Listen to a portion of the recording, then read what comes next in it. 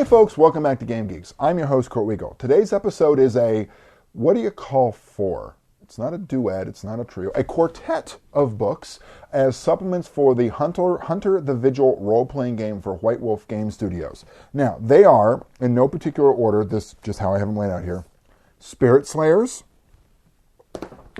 Night Stalkers,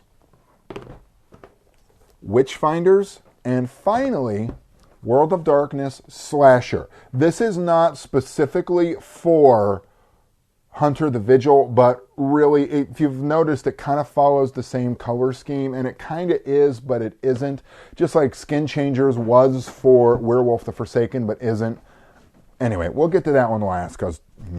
All right, so let's start off with Night Stalkers. Folks, what these three books do is they provide a translation of the three principal game lines in the World of Darkness, which are Vampire, Werewolf, and Mage, through the lens of Hunter the Vigil. That is, you could run a game getting more into detail with hunting vampires, werewolves, or wizards without actually having to buy into the vampire, werewolf, or mage lines. I kind of like that for it. If you just wanted to stay with Hunter, if you just wanted to stay with that humanistic feel, this is the way to go with it. Night Stalkers, as I said, specifically deals with vampires. What it does is it gives you a breakdown of potential backgrounds as hunters have always interacted with vampires, some histories, and then what it does is it kind of lays out how to do vampires using only Hunter and the World of Darkness core book. So you don't have to worry about, okay, what exactly does Celerity 4 do again, or Majesty 5? It's all laid out here for you. Additionally, they give you a couple of additional, in every one of these, they give you a couple of additional compacts and a conspiracy in each one, that, which remember are sort of the either middle tier or top tier of the monster hunting groups in the Hunter universe. So, Night Stalkers for vampires. One of my favorites, honestly, is Spirit Slayers, which deals more specifically with the werewolves. The reason I like this is there's an entire section on how to hunt werewolves. Now, I don't recommend you go out into the wilds of backwoods, wherever in the heck it is you live, and try to go hunt werewolves, because that's just dumb. But what it does do is it gives you some ideas like, pepper spray.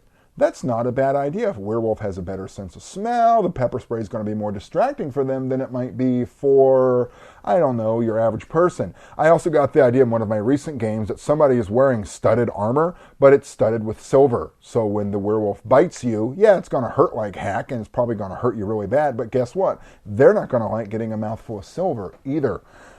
So, Spirit Slayers, Night Stalkers. My favorite of this particular group is this one, Witchfinder. The reason I like it is it gives you an idea on how to do magic, again, without having to dig into Mage the Awakening, which is its own entire, like, oh my lord, how do I incorporate this into my Hunter game?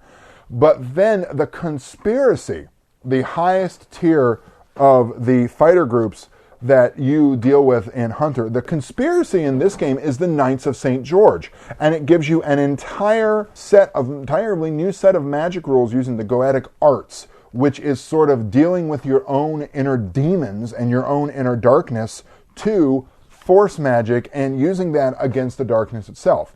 Now, one of the complaints that's typically been leveled against Hunter is that it's supposed to be normal people against the darkness, but the top tier conspiracies all have different abilities or technologies or magic items or potions or some shtick that makes you pretty non-human yourself. Well, this is one of them. I hold that you can really ignore that if you want to, and it doesn't need to be a focus of your game, because I don't think it ever would with me. Then we've got this one, World of Darkness Slasher. I've questioned the wisdom of this book for a while before I got it, because it's about serial killers and how to incorporate serial killers into your World of Darkness game in general and a Hunter game in specific. I won't lie. I know it says World of Darkness, but it's for Hunter. Let's be honest about it here. Because it even gives you a new conspiracy, which is psychic powers, and how to incorporate those into your game. What this does, because it's a World of Darkness game, this has to break down the different types of things you can interact with into what they call splats, or the broad strokes, subdivisions that your particular type of serial killer can fall into. So you've got the brute, who is sort of like the crazy, rawr, going to get you, to the legend, who's someone who's trying to make a name for themselves, to the one who's always behind a mask, to the psycho who's a little crazy in the head, and you can argue that they're all crazy in the head. All of those. The thing that I find the most bothersome about this book, and not bothersome in a, oh my God, I can't believe they did this way, but a bothersome in this, I was reading this before I went to bed one night, and it actually kept me awake. Now, I have read some really messed up stuff in my time, folks. As a gamer, as a sci-fi horror fan, this is about the only book that has actually kept me up nights. So, this is one of the few things that I can tell you has actually scared me. Maybe because it's possible. Because with the rest of the Hunter stuff, I can hang this idea of it's a werewolf, it's a vampire, it's a monster on a hook, and I can remember that it's not real, and I can go about my daily life. But for slasher, it's possible. And this one's actually bothered me. The other reason is because it actually gives you the ability to play one of these serial killers if you want to.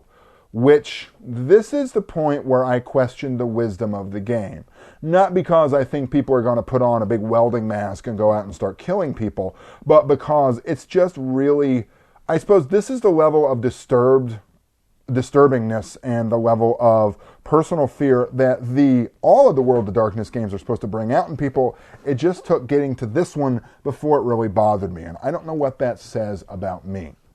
So, World of Darkness slasher, this gives you some different abilities. They're not really abilities, but they're like the fact that some slashers have a signature weapon that they always use, a la the chainsaw of Texas Chainsaw Massacre fame, or a particular scalpel, or one particular thing that this uses all the time.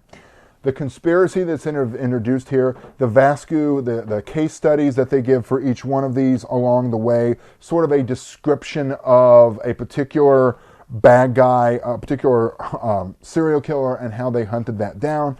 How this fits into the grand scheme of Hunter the Vigil, that's up to you. A lot of times what it proposes that when your hunter finally goes over the edge for the last time, because that's one of the things that the Hunter book itself does, is it allows you to redefine your morality a little bit as you start to go a little bit nutty from hunting all these things. This is sort of like potentially where your characters can end up. Or you could start out with a slasher serial killer if you really wanted to. So, again, in summary, 4 books, a quartet, if you will, although they do not harmonize particularly well, of supplements for the Hunter the Vigil role-playing game. This is not Hunter the Reckoning. This is the new World of Darkness, Hunter the Vigil, Witchfinders, Spirit Slayers, Night Stalkers, and finally, Slasher. For Game Geeks, I'm your host, Kurt Wiegel. Good day and good gaming.